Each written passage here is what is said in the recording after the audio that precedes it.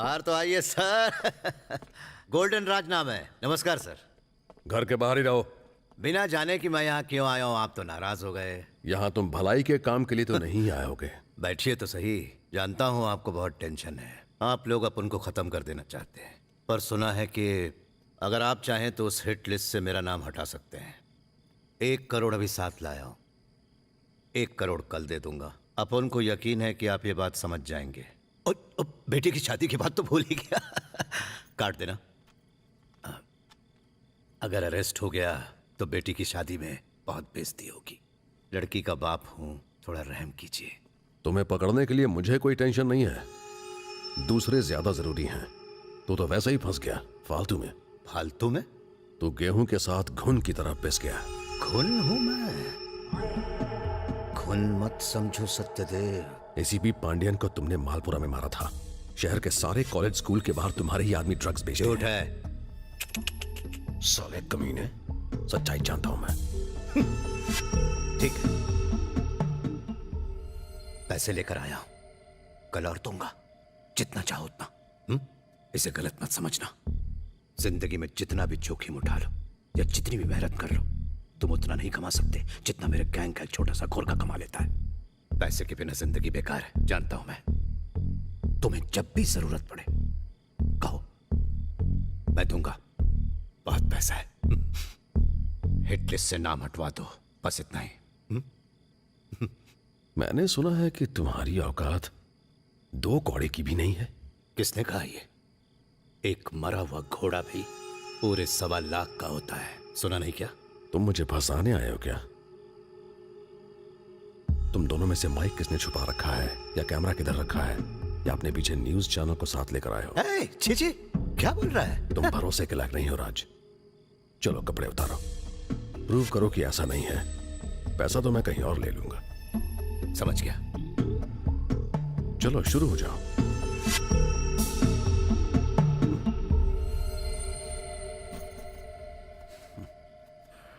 तुम्हें नंगा होते हुए देखकर मुझे शर्म आएगी। मेरा कांस्टेबल आएगा, उसके चेक करने के बाद फिर मिलूंगा।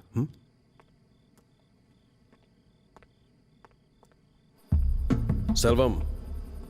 जी सर। आज तुम लेट आए थे ना, जाओ सजा भुगतो। सर आप अपनी शर्ट पैंट उतार दीजिए, और तू भी। कई बनियान में तो कैमरा माइक नहीं छुपाया? हाँ,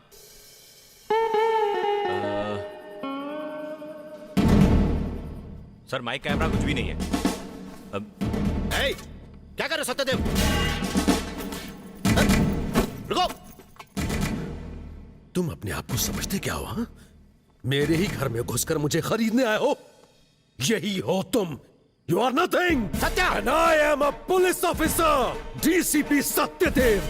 तेरी तरह नहीं हूं जो गुंडागर्दी के बल पर कानून का खुलेआम बलात्कार करता है। गवर्नमेंट मुझे भरपूर तनख्वाह देती है, बंगला, गाड़ी, सब कुछ है मेरे पास। वहां खड़ा वो कांस्टेबल अपने काम की वजह से प्रमोशन पाता है। वफादार है वो मेरा। पर तेरे गुर्गों को तेरे मरने के बाद मिलता है प्रमोशन। वो सब तेरे मरने का इंतजार करते हैं। मेरा बाप बहुत कम पैसे कमाता था, लेकिन उसके मरने के बाद आज मैं हूं डीसीपी। तेरे मरने के बाद तेरे बच्चे सड़क पर भीख मांगते फिरेंगे, वो तेरे मुंह पर थूकेंगे। साले। सेल्वम! जी सर। अगर ये यहाँ 1 मिनट भी रुका तो इसे काट डालूंगा। Now get out! चल साले, दफा हो जा। क्या तुमने सांप के बिल में हाथ डाला है? निकल! कल 12 बजे मैं खुद आऊंगा तुझे अरेस्ट करने। चल जा यहाँ से। चलो निकलो यहाँ से। अरे निकलो, चलो चलो चलो। पैसा कम नहीं था। तेरे पास तो ऐसे बहुत आते होंगे। मैं तो बस अपने दिल की सुनता हूं डैड। आप ही ने कहा था ना। और मुसीबत यह है कि आप हमेशा साथ रहते हैं, तो घूस कब लूं? तो मुसीबत मैं हूं?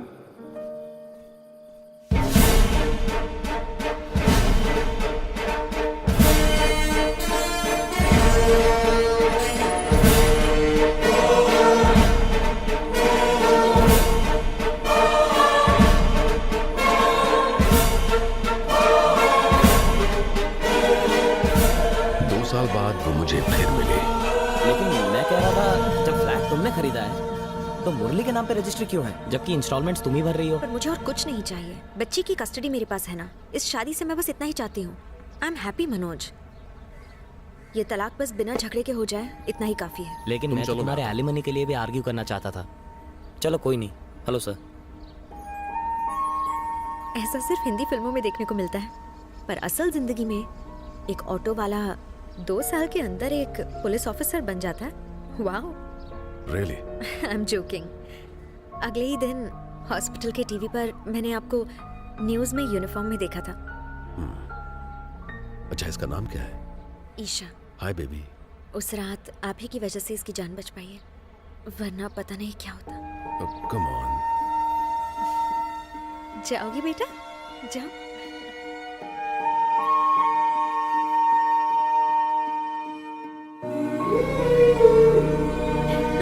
आ जाओ।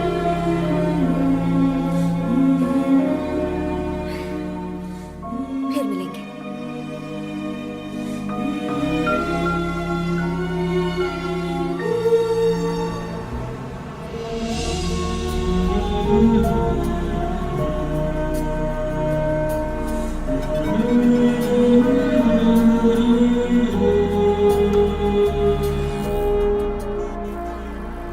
रिचर्ड, एक फोन नंबर निकाल सकते हो? ये काम थोड़ा पर्सनल है। श्योर।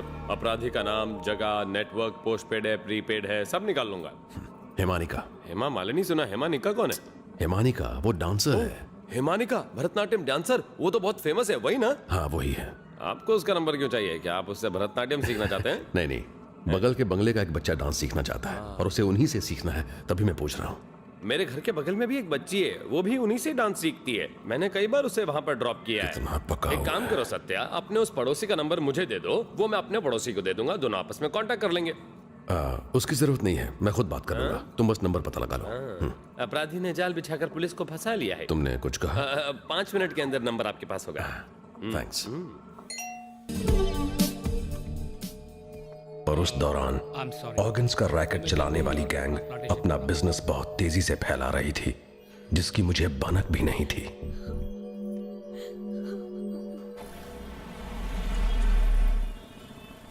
काय ग, भूख लगी है? हाँ लगी है। मेरे साथ चल, अच्छा खाना खिलाऊंगी। ये लवकर ये। नाम क्या बताया था? सुंदरी।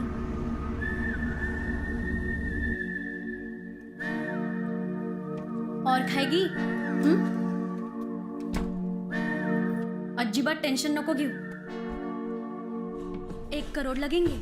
आपके पति के लिए लिवर डोनर मिल गया है। उस डोनर का कुछ अता पता है? डोनर का नाम तो नहीं बता सकती, पर तुम्ही टेंशन नको घेऊ, सब लीगल है। जो डोनर मिला है ना, उसका लीवर आपके पति के लीवर से मैच करता है, लेकिन उसने रिक्वेस्ट के लिया है कि बाहर में उसके बारे में कुछ न बताऊं। समय बहुत कम है मैडम, जल्दी से फैसला कीजिए। चलो इसे ऑक्सीजन मास्क लगाओ, ब्लड प्रेशर चेक कर लो। जितना जल्दी हो सके इसका ऑपरेशन खत्म करना है। विक्टर ने एक और क्लाइंट भेजा है, उसका भी हार्ट ट्रांसप्लांट करना है। मिल बांध के पैसे खाएंगे, माल ही माल कमाएंगे।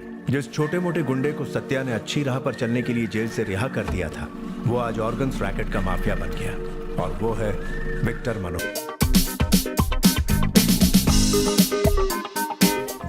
इतने स्मार्ट दिखोगे, मुझे शक होने लगेगा। कोई गलत इरादा तो नहीं है ना? तुमसे शादी का इरादा है। Will you marry me?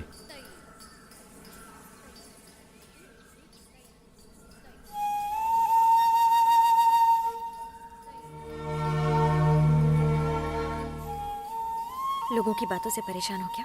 Look, I love you. तुम भी चाहती हो तो शादी कर लेते हैं ना, डर कैसा?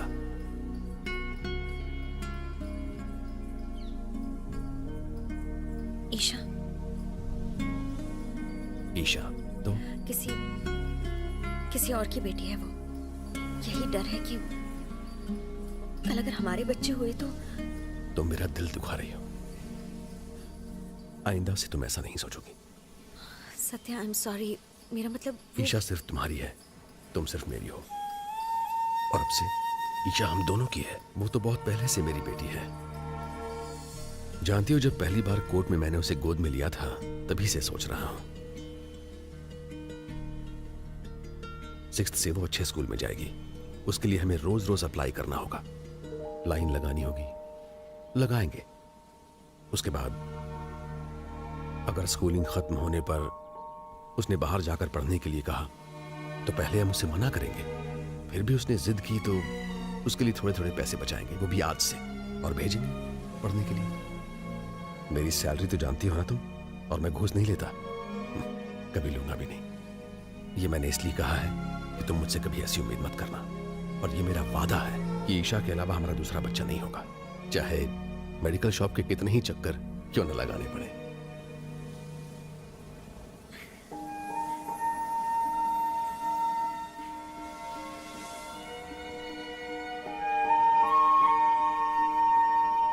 और एक वो था जिसका चेहरा भी याद नहीं। ईशा के पैदा होने का भी वेट नहीं किया उसने, लेकिन तुमने तो। इसीलिए तो कह रहा हूं, हाँ कह दो ना।